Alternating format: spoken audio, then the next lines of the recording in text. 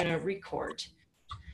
Hi everybody, this is Zen Honeycutt of Moms Across America, and this is our Monday night Moms Connect call. And we are Moms Across America, a national coalition of unstoppable moms. Our motto is Empowered Moms, Healthy Kids. And our mission is to empower millions to educate themselves I'm gonna mute a little bit while I'm talking for a few minutes here so we don't hear background noise. Appreciate it so much. And our mission is to empower millions to educate themselves about GMOs and related toxins, to offer GMO-free and organic solutions. And by supporting local leadership, we're creating healthy communities together.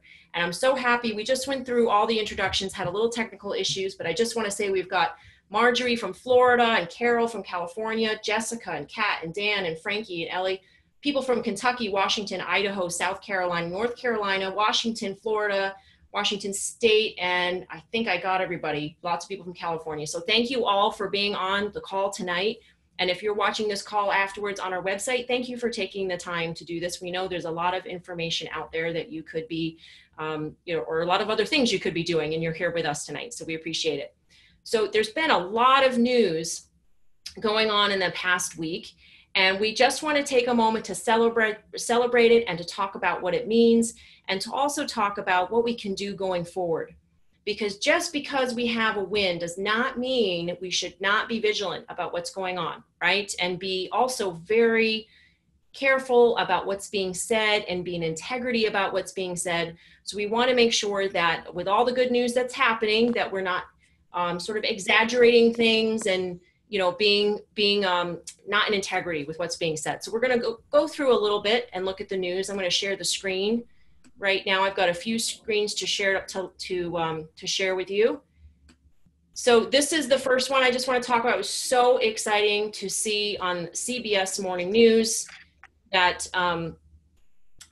we were covered. I was on the CBS News piece, and that glyphosate in oats was covered. And I'll just play this for a few minutes. I won't play the whole piece, but these findings mean. Anna, good morning. Good morning. Glyphosate is the most widely used herbicide in the country, but some scientists, doctors, and activists want it kept out of your food due to concerns that it might cause cancer. Now, one environmental group finds it may have made its way to your breakfast table. Okay, so I just want to stop there for a second. May have made its way to your breakfast table makes it sound like it's not very likely. Well, it is likely. I want to be really clear. If you're not eating organic, and in some cases, and if you are eating organic, it could be contaminated. There's glyphosate happening on oats around the world. Oats are the most highly sprayed for glyphosate. They have the highest residues, and everybody should be buying organic oats for sure. We're very concerned that consumers are eating more glyphosate than they know. Scott Faber has been working to... Okay, and so we knew this already, right? We knew that glyphosate was on oats. We knew it was on cereals. It just so happened because Environmental Working Group tested 45 samples, which is a statistically significant number, that they could, had the data compiled and were able to do this. And we are so glad that a large food group finally, after 4 years of testing, since Moms Across America started the testing, have gone out there and done testing of a statistically significant number. And we think that's why it was picked up by CBS, in addition to the coverage of the lawsuit. So I think, further in here, so they talk about, we've got a scientist that talks about the glyphosate in the food, and EWG used its own more stringent standards to conclude that products with excessive levels of the herbicide included Quaker old-fashioned oats, Cheerios, Quaker dinosaur egg instant oats, Great Value instant oats, and Back to Nature classic granola. Okay, I just need to stop it here because it says that EWG used their own strict standards. Now, in another news piece that was out today, I forgot which channel it was on, but there was a interviewee that was asked about what is a safe level. And she said that the EWG stated that their level was 160 parts per billion. Like basically the tolerance level should be less than 160 parts per billion of glyphosate in oatmeal, and that these products had something like 400 parts per billion of glyphosate in oatmeal. I want to be very clear before anybody shares any news piece that even attempts to allude to the fact that there might be a safe level of glyphosate, that is not the case. That because glyphosate is an endocrine disruptor, any level of glyphosate is dangerous. And that is because endocrine disruptors mimic estrogens, get into the cells, and can alter the hormones. And if you haven't muted yourself, can you please mute? Because I hear some background stuff. Okay. And when it gets into the hormones, it can cause sex hormone changes. It can alter the development of a fetus. It can actually change the sex or gender, or have multiple sex organs. You know, males can develop ovaries and things like that. And it can halt the development of the fetus, meaning there could be a miscarriage. And scientific studies have shown with maternal exposure to glyphosate that there are higher levels of shortened gestation. And shortened gestation doesn't just mean, oh, the baby comes 3 days early. No, it could mean a miscarriage. It could mean a baby coming at a very dangerous time in the development of a fetus, and it can mean that the baby dies. So we know that very low levels of glyphosate can cause harm, and we also know that any level can bioaccumulate in the body, meaning in the bone marrow or in the breast milk or in the tissue.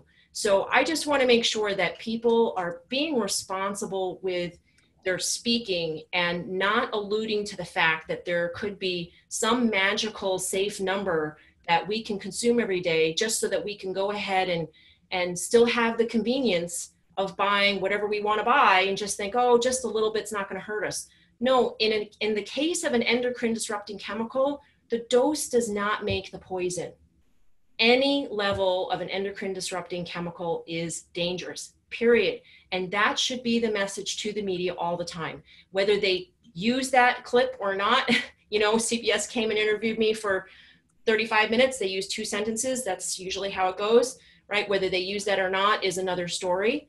But I just want to be really clear. We need to be careful. Glyphosate was even found in a few organic products, though most had non-detectable levels. The World Health Organization says glyphosate is a probable carcinogen. The state of California lists it as a chemical known to the state to cause cancer. Monsanto disputes that, saying in a statement, glyphosate does not cause cancer and has a more than 40-year history of safe use. And Monsanto criticized EWG's research, saying even at the highest level reported, an adult would have to eat 118 pounds of the food item every day for the rest of their life in order to reach the EPA's limit for glyphosate residues. Okay, the EPA's limit, by the way, is 17 times higher than what the EU's limit is. Okay, so let's just wonder about that for a little while. And that safe level is based on a 175-pound man. And that safe level is based on glyphosate alone, folks, not the final formulation. And glyphosate is never used without the final formulation. And glyphosate alone also has been found to be very harmful, and the co-formulants have found to be 1,000 times more harmful. So we really do not take the EPA's allowable levels of glyphosate into consideration as something that is safe, because it's just not. They don't require final formulation testing of glyphosate. They have not considered the tests that show that glyphosate is harmful. And what Monsanto has to say about the EPA's levels is just, as Brent Wesner says, it's complete garbage. Okay. Did Monsanto fail to adequately warn of the potential risks? Answer, yes. But last week, a jury in California ordered Monsanto to pay one man $289 million in damages after he claimed the company's glyphosate weed killers caused his cancer. And EWG's favor is skeptical of EPA's glyphosate limits. We don't think it does enough in particular to protect children. It is time now for them to step up and do their jobs to ban glyphosate. Zen Honeycutt heads Moms Across America, a group formed to raise awareness about toxic exposures. Her family switched to an organic-only diet after her 3 sons developed allergies and other health problems. We want to trust that what is in the grocery store is safe. And the shocking reality is that in many cases, it's not.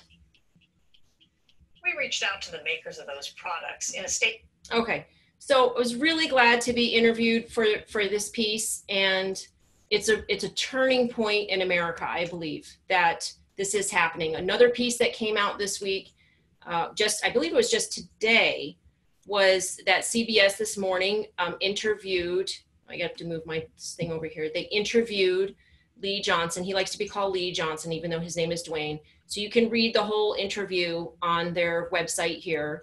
And it's great. You know, he basically says, this is bigger than me. It's not about the money.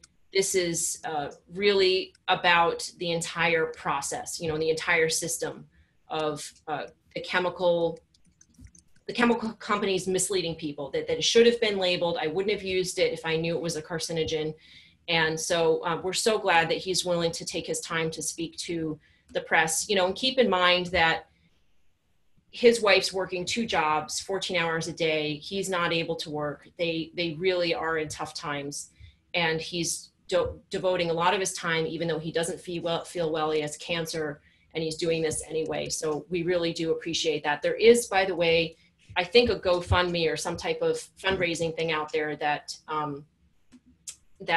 you know, they're raising money for him. That's up to you if you want to donate. We're just letting you know that it is out there.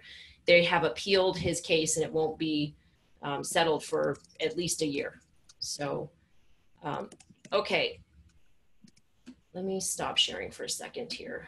I want to cover some more pieces, but I have to mute some people because we're recording, and there's some clacking. Cindy, can you mute yourself? Because I can't do it for some reason. I appreciate that. Okay. And any questions, or actually before I share screen, any questions or comments about the case? You have to raise your hand if you, okay, I don't see anything. And okay, so next I'd like to talk about studies linking Monsanto's glyphosate to ocean death. We put out an article this week as well on where we interviewed Stephanie Seneff. So if you go to our blog, you can see the questions where I interviewed Stephanie Seneff, and I asked her about the contribution of green algae to the red tide. And she said, absolutely, it's connected. Okay, here's the article actually. And what was really interesting, and what I thought, and what she said, was that the so-called blue-green algae are actually not algae, but rather a type of primitive bacteria called cyanobacteria. And they have a special skill set that is rare among all species to be able to fully metabolize glyphosate and use its phosphorus atom as a source of phosphorus. So they obtain a competitive advantage against other species in the presence of chronic glyphosate exposure. And there's a lot of sugarcane fields surrounding Lake Okeechobee in Central Florida, and they're being sprayed with glyphosate before harvest as a desiccant. There's also lots of glyphosate being used in these well-manicured lawns of multi-million-dollar homes. So this is actually Mother Nature's way of cleaning up glyphosate. That's what the blue-green algae is. Yeah. So we are poisoning the water, and Mother Nature's coming in, you know, if you want to call that, the cyanobacteria coming in, and they're eating it up. So they're trying to clean up glyphosate.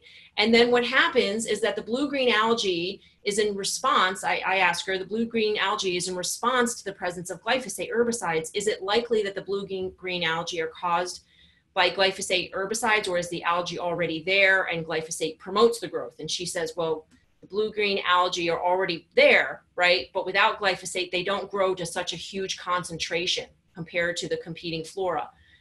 And I said, what function are the blue-green algae in the ecosystem? Could it be a way of balancing out, you know, the levels of toxins, or is it simply an overgrowth like a virus? And she says, what happens when you expose a complex mist of microbial flora to a chemical toxin is that those that are most susceptible die out, and those that have resistance thrive. So despite all the damage that the cyanobacteria cause when they reach high concentrations, a huge benefit they offer is that they clear glyphosate and eventually leave the water in a better state than it would have been if glyphosate were allowed to persist. So they may also be able to bind to and remove toxic metals from the aquatic environment. So this is what I just said, right? Mother Nature is cleaning up glyphosate for us. Okay, I have to mute somebody. Thank you. I don't know what happened there. Okay, so she's saying also that the blue-green algae are able to convert free nitrogen from the air into nitrates. Thus, they cause an excess of nitrates in the water. In addition, those nitrates come from excess nitrate-based fertilizers, and those excess nitrates provide essential nutrients for the red algae. So the presence of the green algae contributes to the presence of the red algae, causing offshore, red tide. And I then asked, in California, water officials have admitted to me that they spray Roundup around our water reservoirs for weed abatement. Then when the blue-green algae grow, they spray copper to stop the growth of the algae. This is very concerning to me because the copper is a known spermicide. It's even used as birth control in IUDs. High copper levels have been found in children with autism. One would think we should avoid spraying copper into our waterways. And she says, I totally agree. These chemical poisons-based methods seem to cascade into much larger problems as one imbalance leads to another bad choice, and eventually you end up with a toxic soup. So I asked, how can officials and residents stop, the growth of, and she said, banning glyphosate would be a great start. Switching to a renewable organic agriculture in the region would greatly curtail the toxic chemicals, as well as reducing the nutrient runoff that's fueling the algae blooms. The homeowners should also seek solutions for their yards that uses only natural methods to control weeds, including pulling them by hand. So now I would love for Dan and why don't both of our Florida people that might have something to add on to this. Dan from GMO Free Florida is on. Dan, do you want to talk a little bit about, since you're there, you're experiencing what's going on with the red tide and the blue-green algae?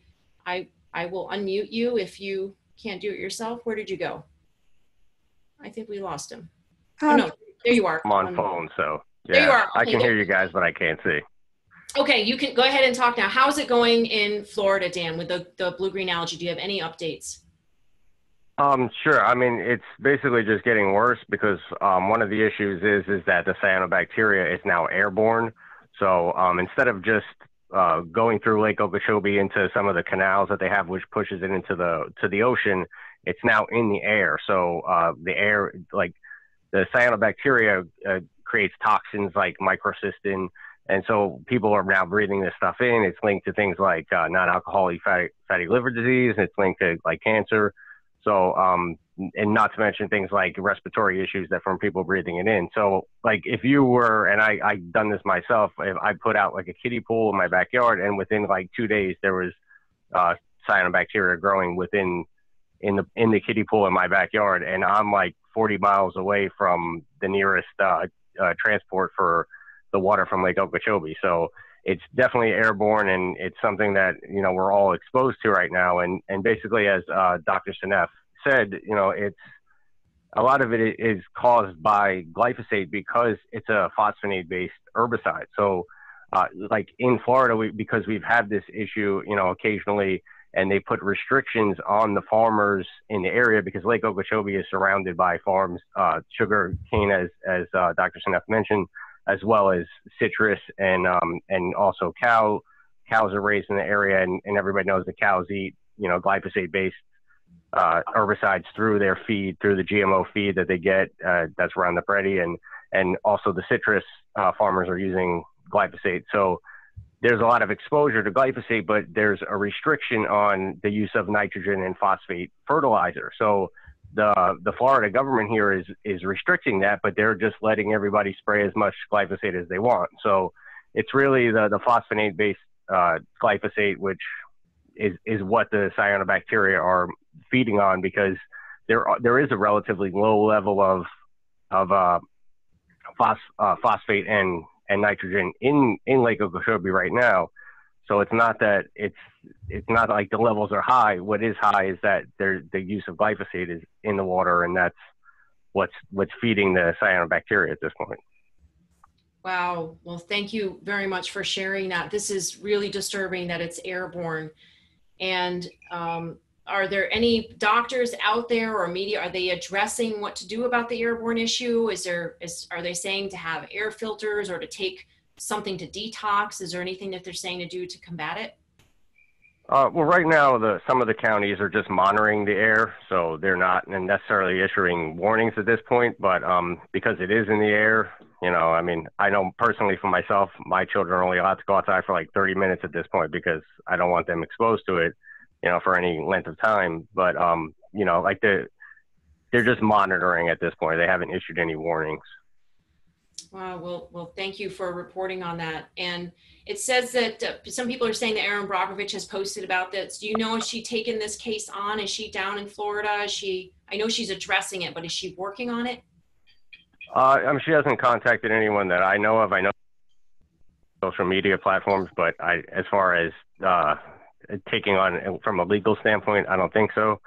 Okay. Right now, what we're trying to do here is we have a petition to ban glyphosate, obviously, because this is, a huge issue. And so we're trying to just share that petition, and then we're going to go to, once we get enough signatures on it, we're going to go to elected officials and try to get something done. Part of the problem here in Florida is that we have where counties are not allowed to ban glyphosate.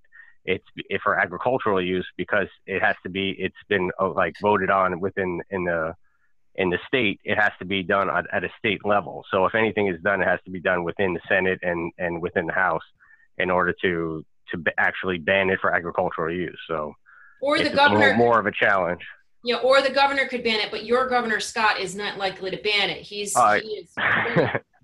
very friendly with the chemical companies. Isn't that true?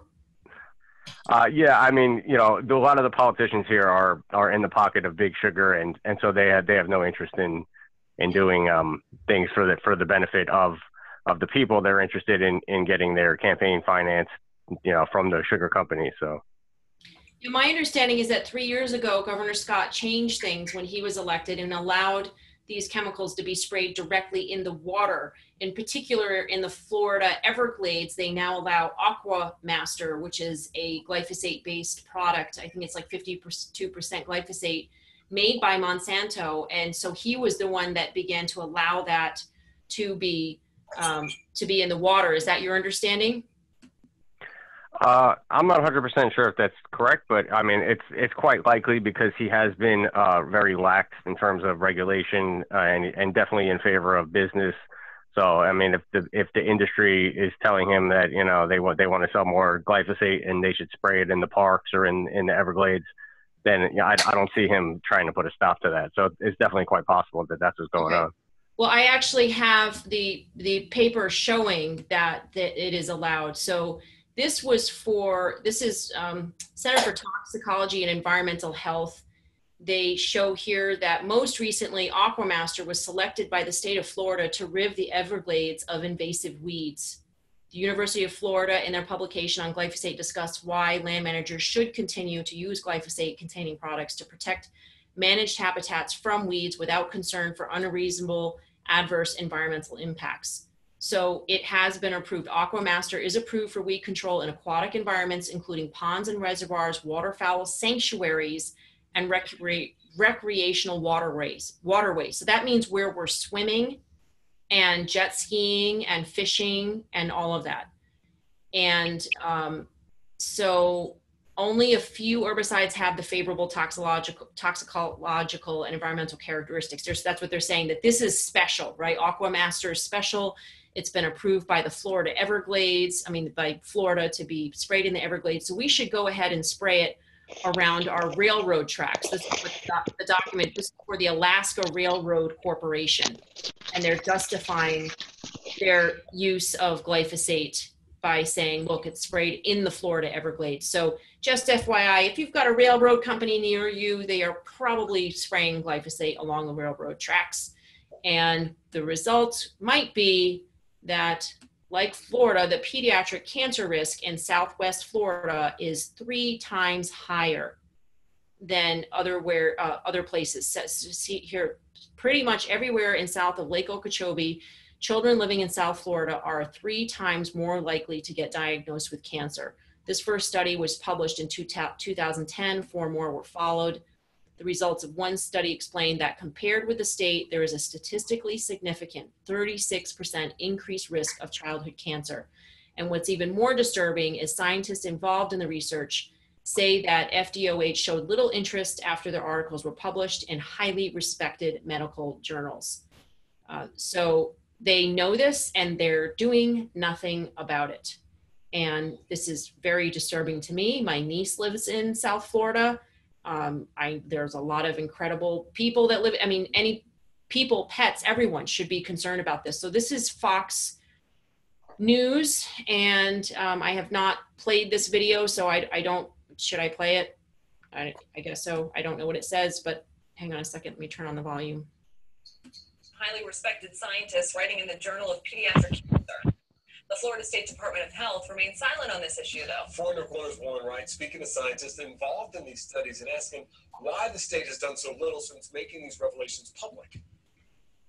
It's a diagnosis that can destroy a family, a child with cancer. Shocking as this may be, it's an even bigger problem for people living south of Lake Okeechobee than in the rest of the state of Florida. The first study was published in 2010. 4 more followed.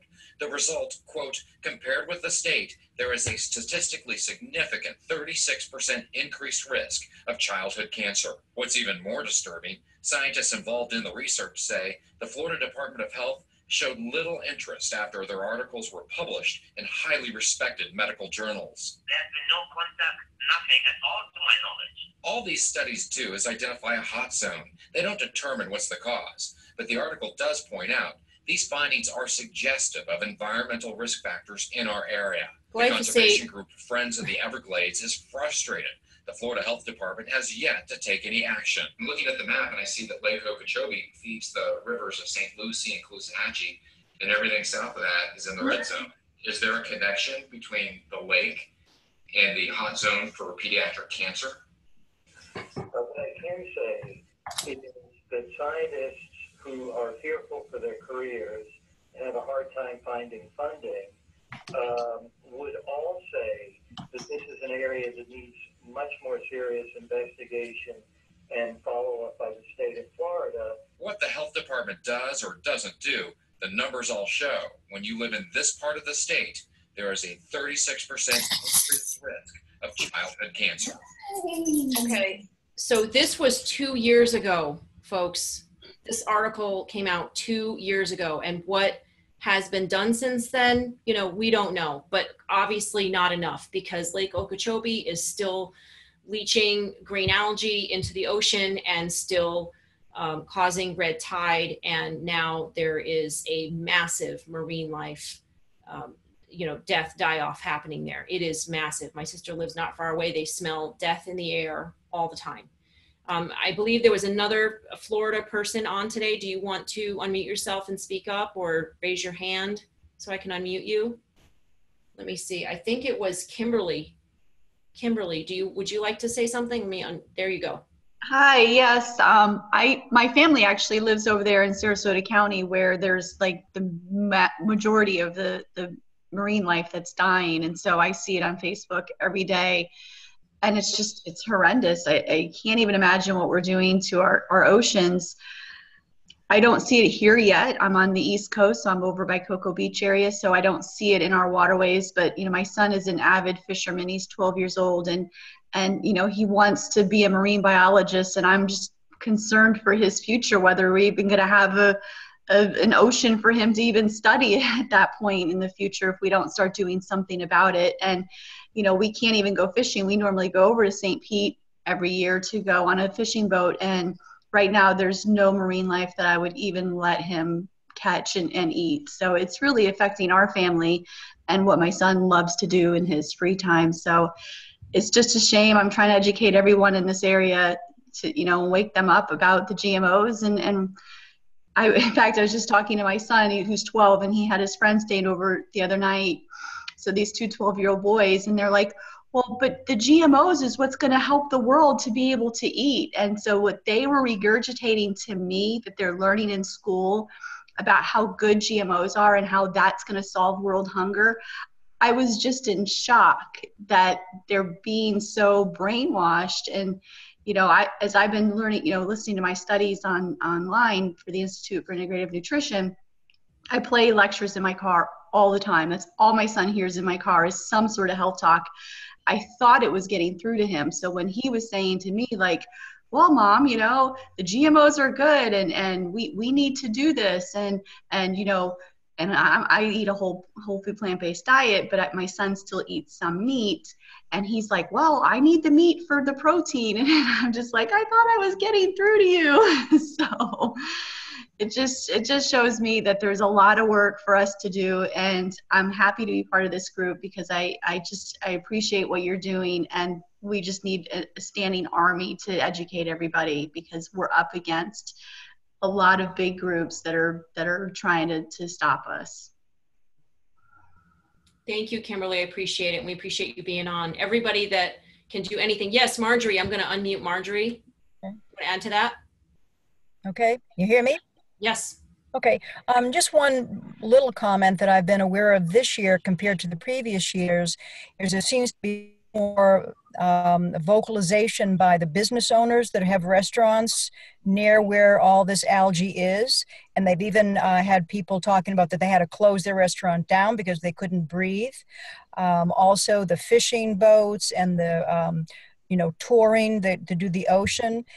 So even though it's a negative, at least there's a group of people that have their own agenda for why they are adding their voice to this needs to stop. Well, that's great to bring up the financial impact to the state, because really that's the only way this is going to change. Mm-hmm. You know, unfortunately, they're probably not going to listen to, well, maybe eventually they'll listen to a bunch of moms that are mad about it, but mostly what they're going to listen to is the financial impact, people who talk about the financial impact. So mm-hmm. if you can get groups of restaurants speaking up with tourism companies, with fishing companies, with, I mean, all of those groups that sell, jet skis and surfing lessons and everything that depends on the ocean, they must be hurting. I can't imagine anyone's eating fish in Florida right now. How are the seafood restaurants being impacted by this? Yeah, tremendously. And I think this year more than previous years, unless I just wasn't aware of it as much last year, but I've seen on the news this year far more outrage, with a man in front of his restaurant with the parking lot completely empty and said, we had to completely close down. My employees were coughing. We can't breathe. Our eyes are watering. Pretty dramatic.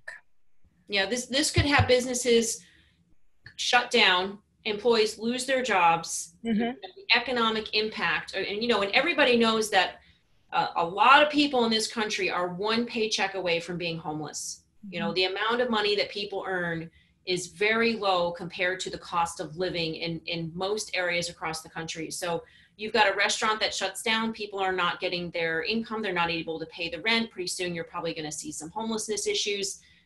This is very serious. And the fact is that these chemicals do not need to be sprayed. In fact, it is much more beneficial to the farmers that are growing things like, especially oranges, to not spray. I have spoken to Dr. Don Huber, a 50-year plant pathologist, and he has said, I don't have the exact figure, but it's something like they can use anywhere from 50 to 70% less water if they don't use glyphosate, because glyphosate impacts the soil content so much. It depletes the microbes, it depletes the organic matter in the soil. So the soil gets more compacted, it's more clay-like, and they then have to use more water to water the orange groves. Whereas if you don't use glyphosate, the soil is richer, it's more like spongy, it absorbs more water. So you don't have to water nearly as much if you don't use glyphosate versus using glyphosate.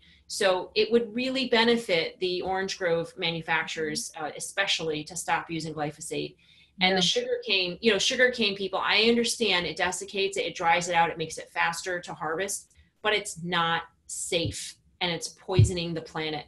And we really do need them to reconsider and to start using other alternatives. I want to add that Jill wrote a note here that said Red Tide blue-green algae flourish in low oxygen water.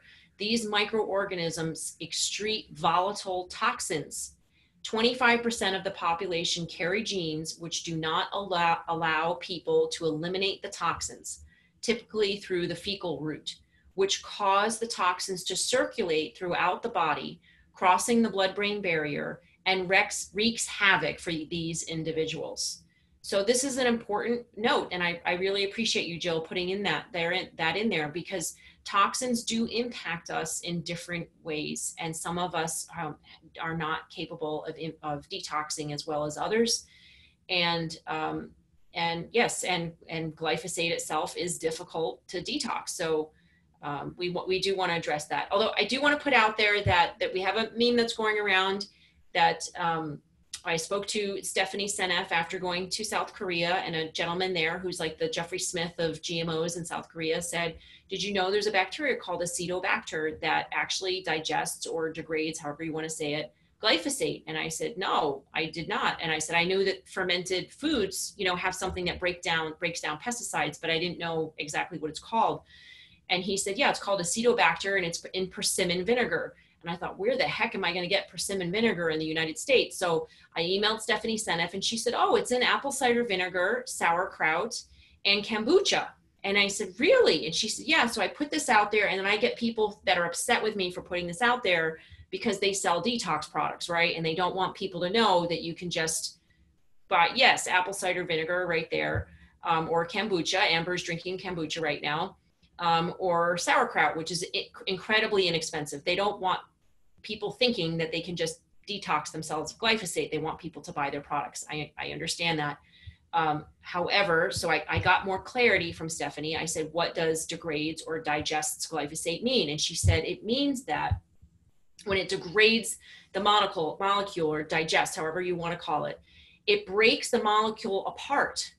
And each one of the molecules of glyphosate are totally digestible, and they are nutrients on their own.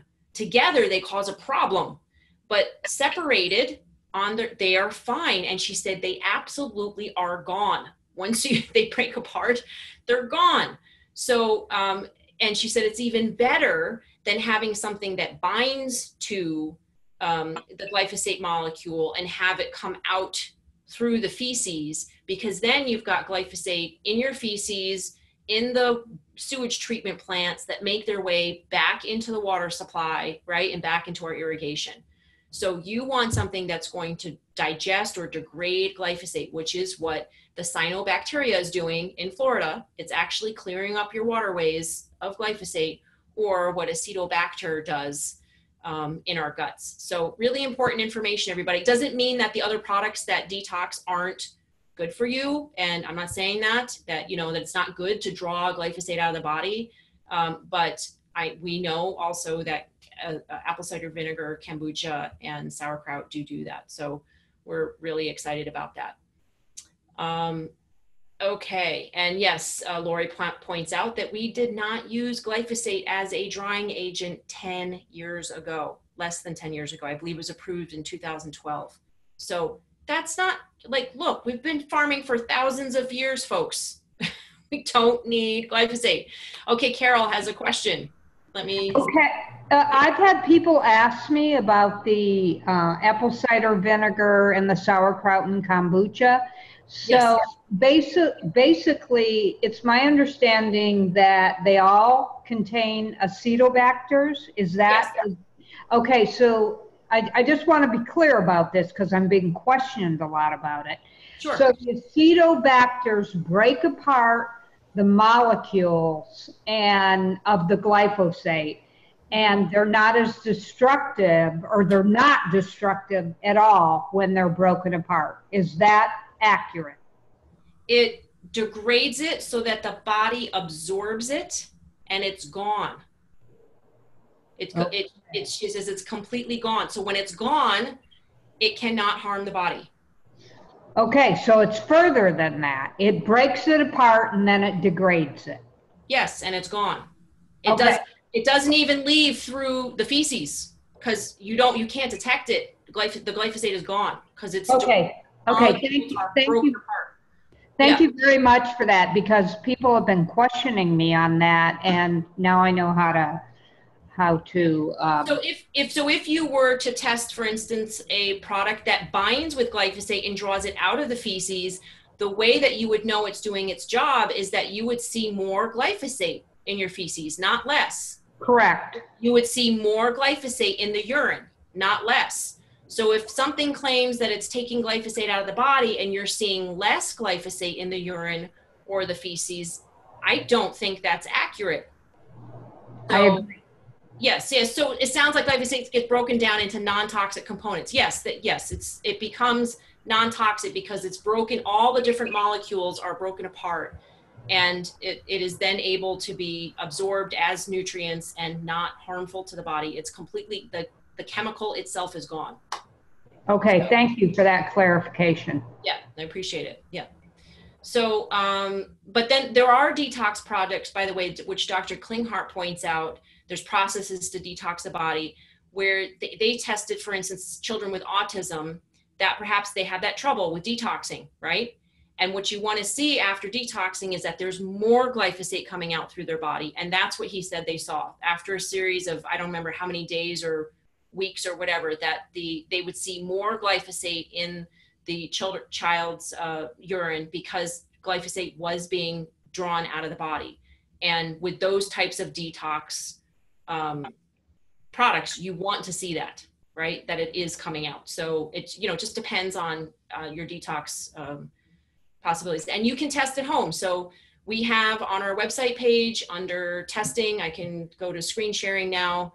If you want to test at home, I promise you, I'm not trying to sell you stuff. I'm just saying, if you're curious and you want to test, you can go to testing, and you can find, I'm opening this up now. You can find detox product testing kits. You can do strip tests in your food and water at home now for $79, 2 strip tests.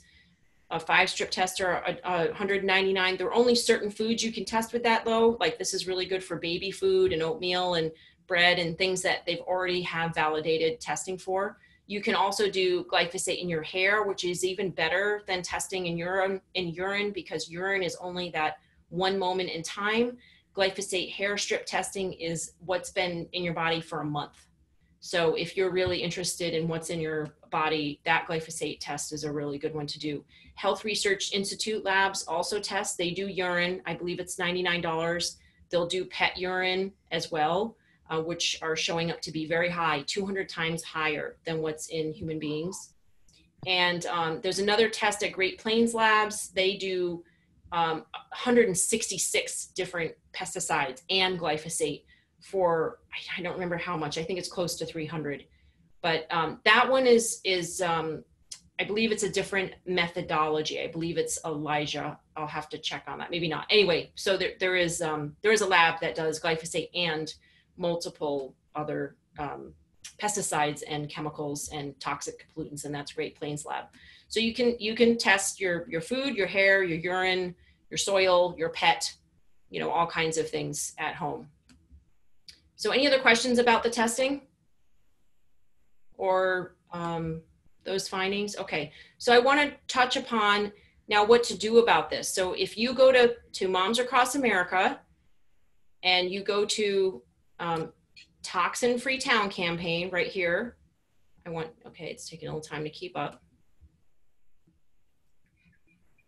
You can find all kinds of information about how to approach people in your community to get glyphosate out of your town.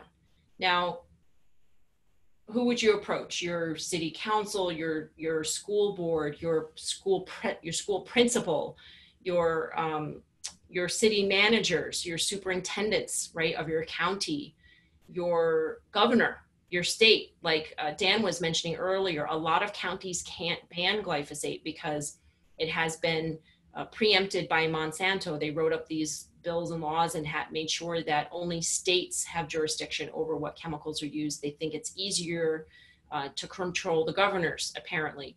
So in some cases you can't ban. but you can ask them to discontinue the use of glyphosate. And many people are successful in doing that. And I'm very happy to report. Natalie, are you on? Do you want to say a little something about our meeting in Mission Viejo this week? Yes, let me get somewhere quieter. Hold on just a second. Okay.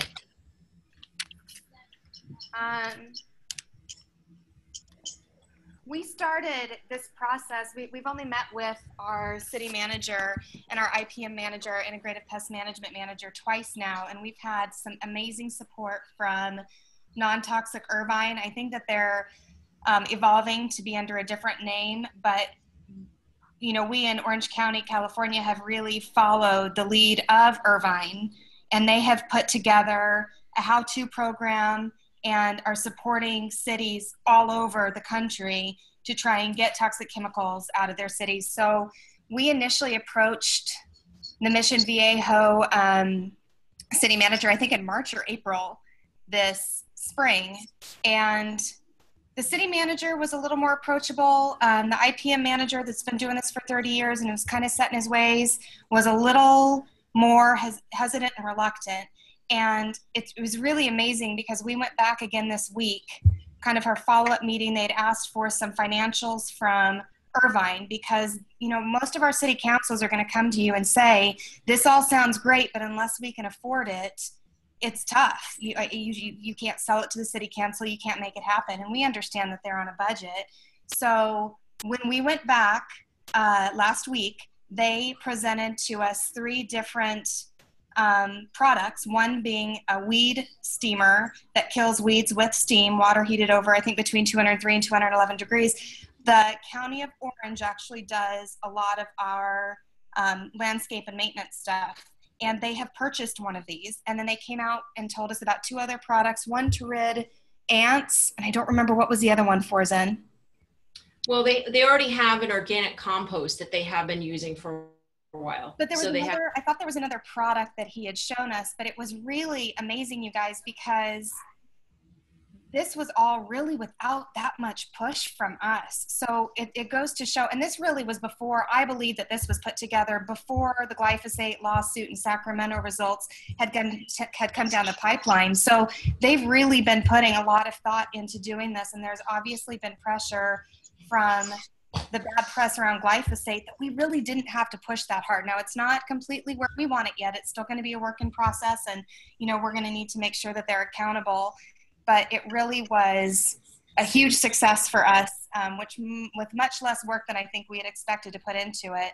So we are looking to probably have a follow-up meeting in the next couple of months. But I want to encourage you guys, for any of you that are interested in doing this in your towns, that Non-Toxic Irvine is they've got a great website with contacts if you have questions, and really step-by-step advice about how to kind of get this started in your town.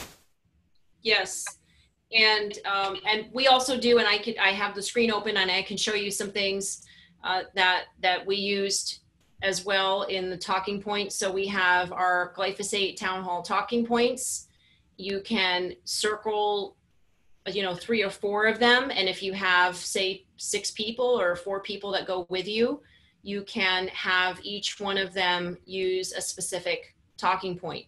Now, what I would like to put forth is a possibility that you may not have to even do this. You might just be able to go to the pest management people and sit down with them and show them a printout of the Monsanto lawsuit, which I am sure they know about. You may not even need to bring it, but I'm pretty sure if they are doing pest management, they know that Monsanto lost a $289 million lawsuit. But these are some of the points that are very important to get across. And that, these are the points that were gotten across in the courtroom, frankly, and the reasons why. If you could mute yourself, please, I'd appreciate it in the background noise. Okay, that was Ann hi, Ann is in the airport and she logged on. Okay, I just had to mute her. So we have some talking points here that you can use, and the main one, though, we should probably update this, is just that, Monsanto lost the lawsuit. So here's the lawsuit against Monsanto. This is the press release. This is what you can print out. This is the newest document. And here are 10 alternatives to Roundup. And you can use this to give to your pest management people. It is an article by the law firm right here that sued Monsanto, with additions by myself. So I added the pictures, and I added, I think, a few more of the alternatives. So you can see some of these are the methods that my city is now going to be using. So I'm so excited. It's just such great progress is happening, and everybody can do it. You do need to be respectful and patient and professional, and and offer the solutions. Say, here are the solutions, here are the benefits, right? And you can print out the PDF right here of this article and bring it in. I think it's very effective. And also, yeah, so you can just make an appointment with the city manager. You may not even have to go to the city council. I think right now at this point, city councils would like to avoid having 20 people show up like they did in Irvine with children who have cancer and all of that. So they really did, help to lead the way. They and Marin and Connecticut, by the way, since 2008 has had a policy not to have any pesticides or herbicides sprayed around their daycares, preschools, or elementary schools. Long time. So hats off to Connecticut activists who have, really led the way in all of this to make sure that pesticides and herbicides are not sprayed around their schools. So some things to put out there. We did a 50 states ask governors to ban glyphosate petition months ago. I don't know how many months ago, a long time ago. Those petitions are still out there, and the people who have signed them are your tribe. So if you're one of the people that started those petitions, or if you want to get in touch with the person that started those petitions, please just Google on change.org that petition, sign it.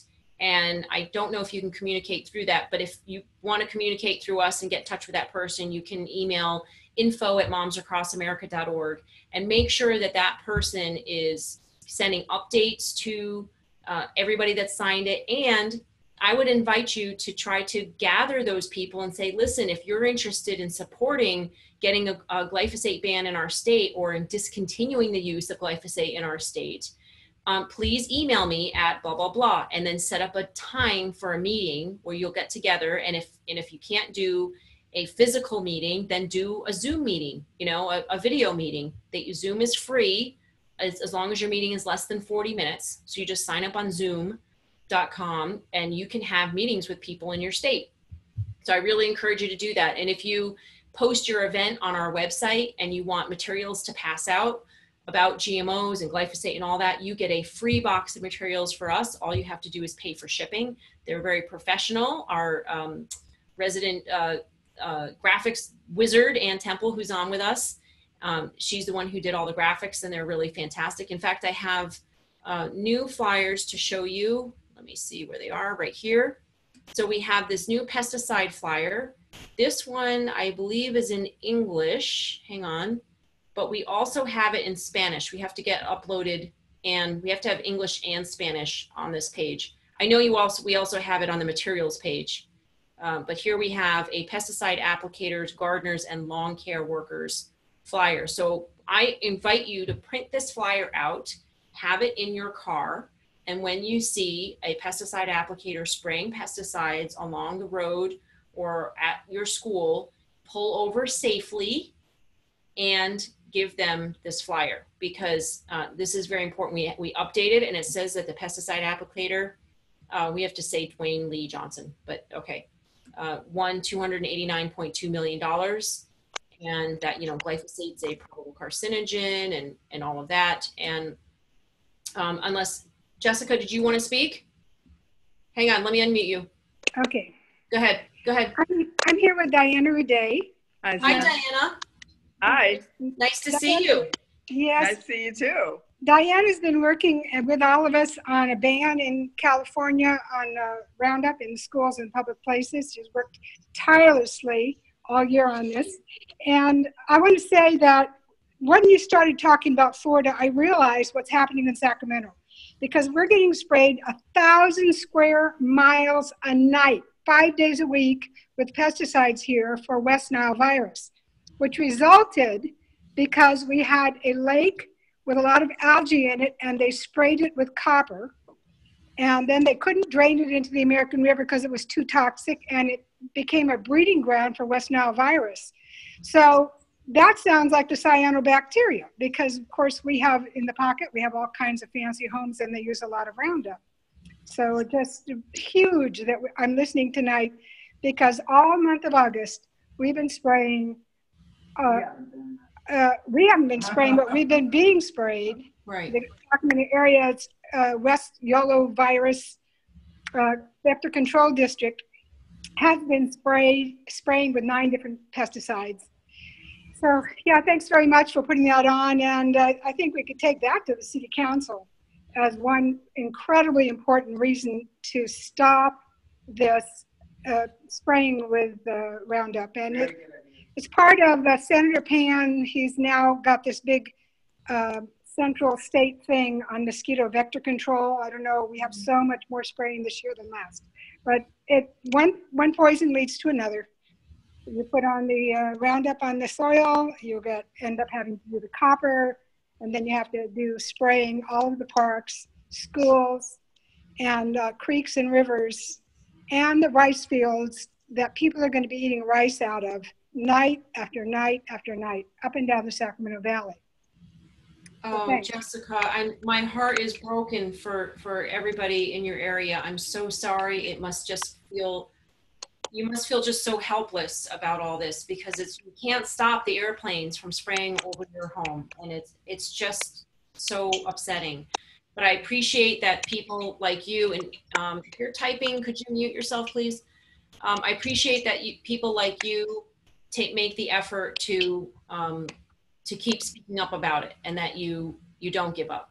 I appreciate it. Well, it's great that people from Florida shared, and that you told the story of the cyanobacteria, because I would never have made the connection to be able to go and say, we need to ban Roundup, because we don't want to be sprayed for months on end. All of our growing fields in the Sacramento Valley, in the rice fields, and at our parks and school grounds, with these 9 pesticides that are endocrine disruptors and everything else. Yeah, and Jessica, if you know any scientists that can look into what are these pesticides doing to the trees, I can't imagine that all of these fires aren't somehow connected to the trees being more brittle, being, less able to withstand fires, I think that there's some kind of connection between the chemicals that are being sprayed and the abundance of these forest fires.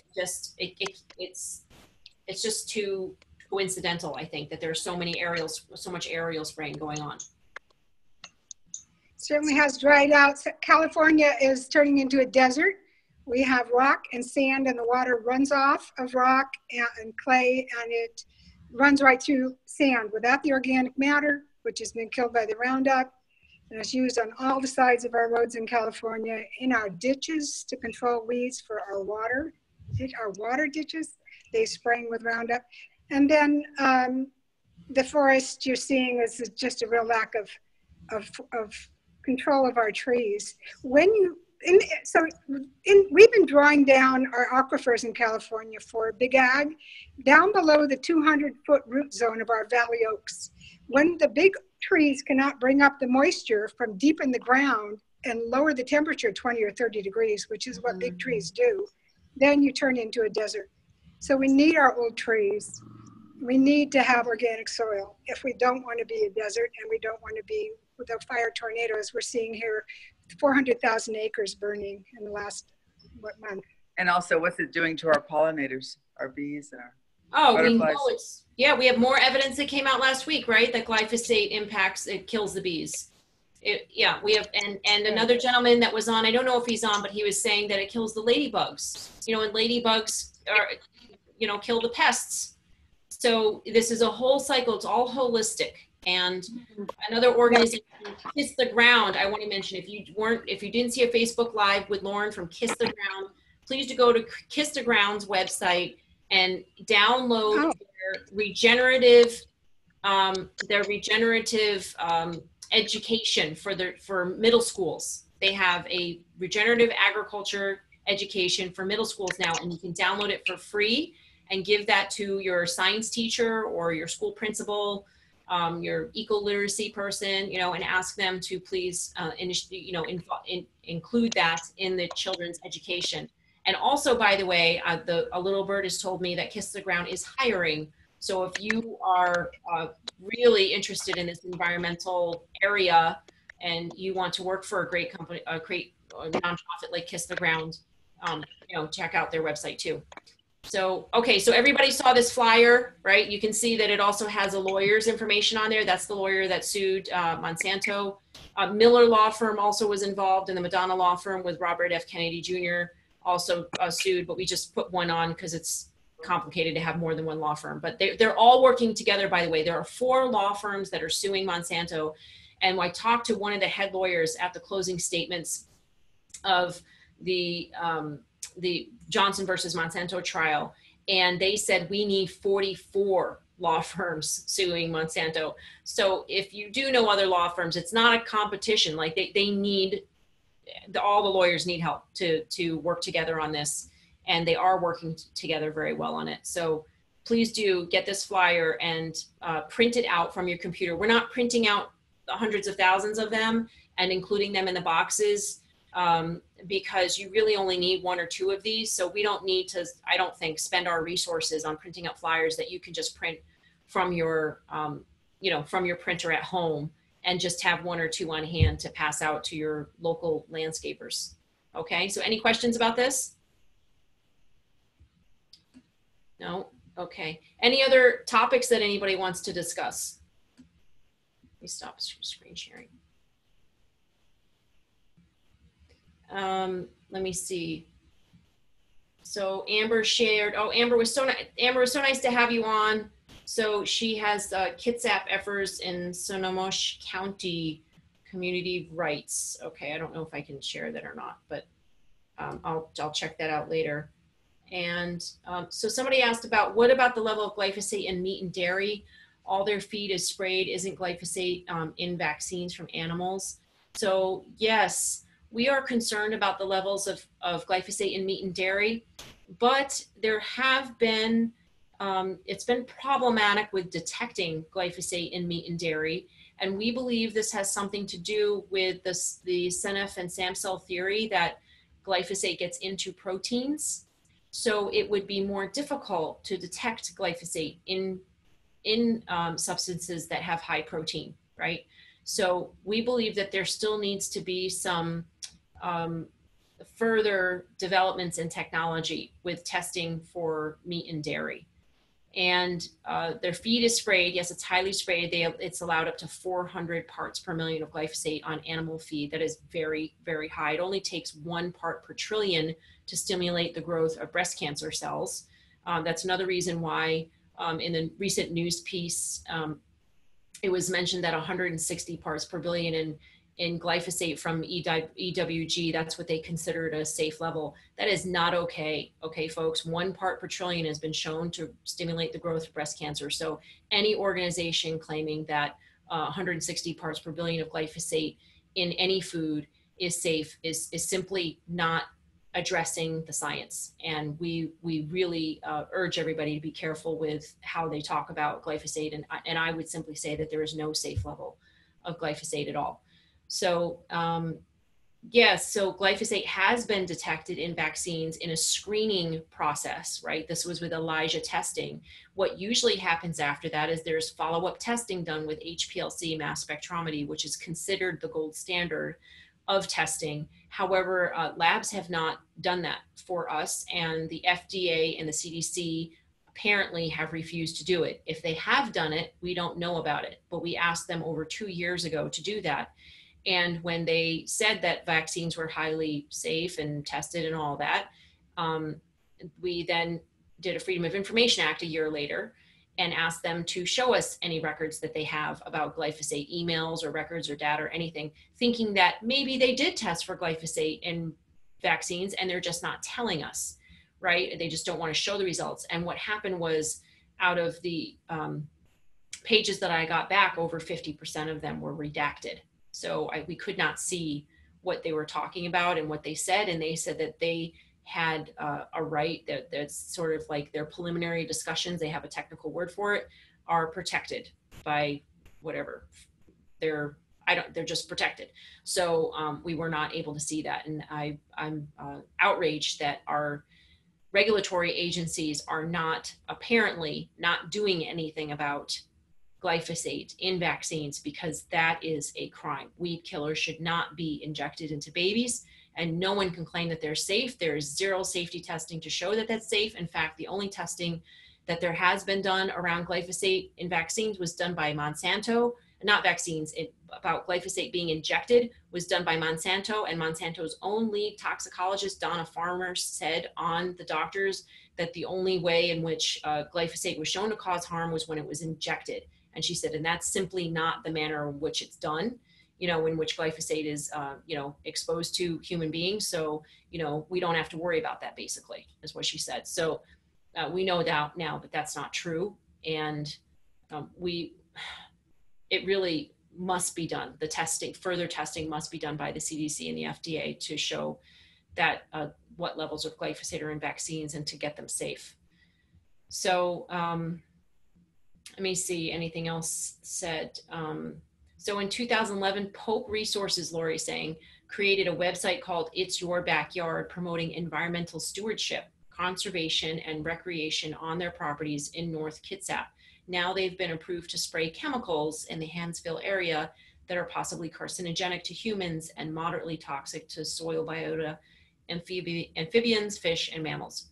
We do not want our backyard sprayed. Signed, concerned citizens. Yeah, so thank you, Lori, and please do circulate that. You can share things to Moms Across America. I encourage you, though, everybody, to get on your Moms Across America state page. Lori has very carefully, it says Colorado, Moms Across America, Washington, Moms Across America. So please look that up and request to join it. I believe either Lori and myself and some other people will be the admins for allowing people in. We don't, of course, don't want trolls in there. Try to keep it as safe as possible.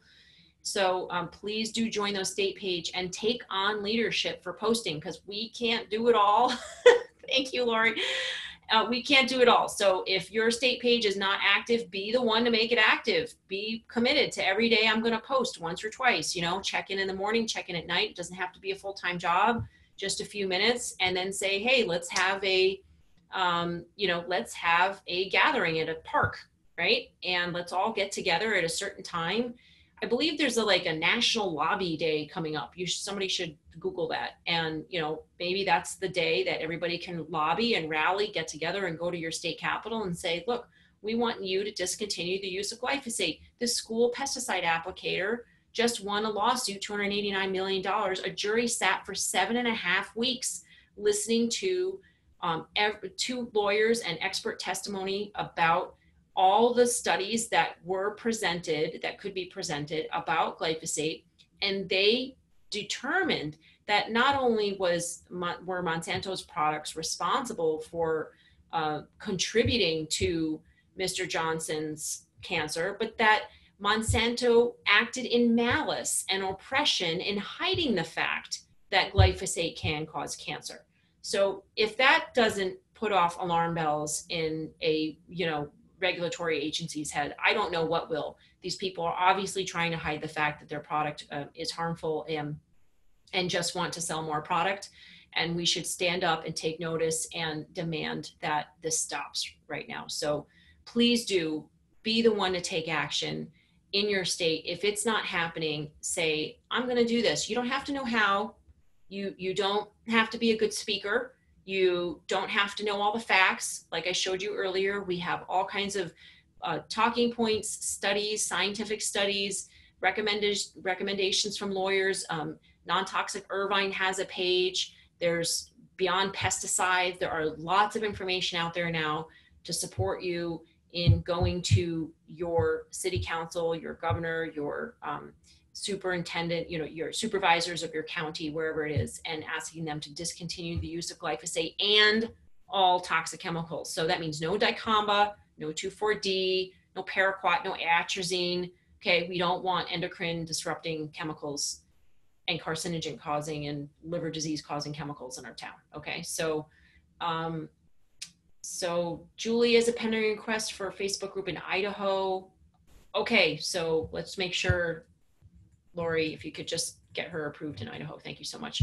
So, and then once you would like to be active, then we can make you an admin, and then you can approve, right, other people that you check out. Please do check out their page. Don't just accept them. Make sure that they've been around a while. They're not somebody that just changes their Facebook, you know, picture, but doesn't post anything at all, because that's very trolly behavior. So, yeah, we just want people to feel safe. Any name calling, by the way, that person gets banned and deleted. Okay, we don't need to name call. If somebody's really generally asking questions like, well, but hey, you know, I use it in my backyard and I was told that it was safe, you know, like, please engage with them. Don't just think they're trying to be trolls. If there's people, even if there's farmers saying, you don't know what you're talking about, why don't you ask a farmer? Then I will engage with that person, because that's a farmer that's being defensive and wants to keep using this product, but he doesn't really know what's going on. So I posted an actual study recently, this one actually, that shows, hang on a second, this one that is on our website, and it's that glyphosate exposure in pregnancy and shortened gestational length, a prospective Indiana birth cohort study. So this is the one that shows that with the I forgot how many, but there were Indiana women that were pregnant, 71 women with pregnancies in central Indiana. And when they were exposed to glyphosate, they had significantly higher levels of shortened gestation, right here, significantly correlated with shortened gestational lengths. So he thanked me. He said, first of all, Zen, thank you for posting a real study, like a real scientific study, right? And not just arguing with him. And then he went on to explain how, you know, there weren't enough people, it wasn't for a long time. Like, he went on to, you know, criticize the study, but he was actually thinking about it and he had actually read it. And so then, you know, my response was, well, but knowing this information, why would you risk it? You know, and I haven't heard back from him. So I think he's actually thinking about it, you know? So please don't just name call people and troll, you know, or if they name call you or what, you know, whatever, just try not to get into that anger and blaming and making wrong, and post a scientific study. Okay. And that will make a difference. I hope, for people. Okay. So I don't know if I can show images. Yeah, I don't know what happens when I think I just went away. No, okay. It went onto a different screen. I can't click on that, Lori. I have to log into Facebook and everything to show that link. So if you could just tell me what it is that you want to say about the Colorado. Oh, it says Colorado official Moms Across America, because there was another Colorado page and that admin left the group without giving somebody else admin rights. So now it's like an island all by itself. So please don't do that. If you're going to leave it, get somebody else to take it over for you. Okay. So we have the Colorado official Moms Across America page that needs a good Colorado leader. There's plenty of people out there. Just, you know, message somebody if you know somebody. Okay. So what else? Yeah, great. Yes, Lori, I'm going to unmute you so you can say something about that. Okay. So it has a picture of one of our billboards. That's okay. Very distinctive. It's the only one that we have that has that picture up right now. Yes, those billboards were awesome, weren't they? Oh, they were. They were really awesome. In 191 locations. That was a dream come true. I said, I want billboards. And yeah, that happened. That was really great. That was amazing. Yeah. So, all right. So people, I have a question. Oh, it's 6:31. Holy cow. We're way over time. I'm so sorry. Oh, wait, Nan, do you want to say something? I'm going to unmute you. Hang on. I'll unmute you. Wait a second. Don't touch anything. No, it's not unmuting. I think you have to do it. Anybody else raise your hand or unmute yourself if you want to say something. Yes, Nanette. Oh, I got to run. So I was waving goodbye, but I just sent a link. I don't know if for some reason it took my chat box away and my thing I can't post now, but it was talking about dicamba, and it's the other, you know, Monsanto.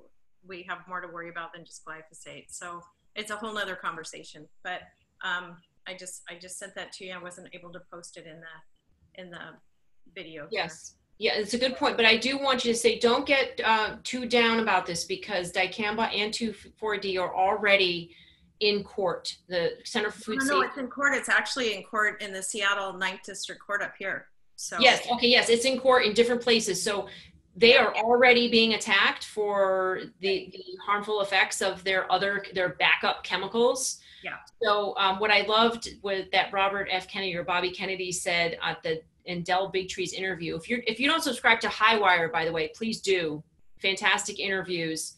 And especially if you're feeling like being angry, you can just be angry with Del Bigtree. He's just good at that, right? So just don't do that all the time, okay? We don't want to be angry all the time. So, but he interviewed Bobby Kennedy. Bobby Kennedy said, I think that the headache Bayer got by purchasing Monsanto is not going to be cured by an aspirin. This is going to be a long-term migraine that is going to impact their profits. So I would hope that the fact that there's information that Bayer was not privy to when they made this deal that has been since uncovered would possibly make the deal null and void, which is possible. And then Monsanto would be responsible for all of these lawsuit costs entirely on their own, and may send a very strong message to all the chemical companies that this type of business model is a failure. It's a failing business model, and that needs to stop. Yeah, so yeah, the Monsanto name will be dropped. Yes, Bayer is taking it up. The CEO of Monsanto, Hugh Grant, unfortunate name, but Hugh Grant has resigned, and the CTO, Rob Frawley, has resigned. Those two were the daddies of GMOs and glyphosate. They were the biggest champions, so they are gone, a way out. So I never have to go back to Monsanto and talk to them again, which I have to say probably all of us are happy about. So yeah, so anyway, it's lovely talking with you. I can't believe the time just flew. I'm sorry we went way over, but a lot has been going on, and I really appreciate everybody being on. Please do, sign up for our newsletters, tweet, Twitter, share, comment, keep it going, because this is it. This is the beginning of the end of this chemical era. And we consumers have a major role to play in this. It's not just the lawsuits and the scientific studies. We consumers who purchase the food have the power to shift this entire food industry. And I really appreciate all of your support. Thank you so much, everybody. All right. Good night. Bye. Good night.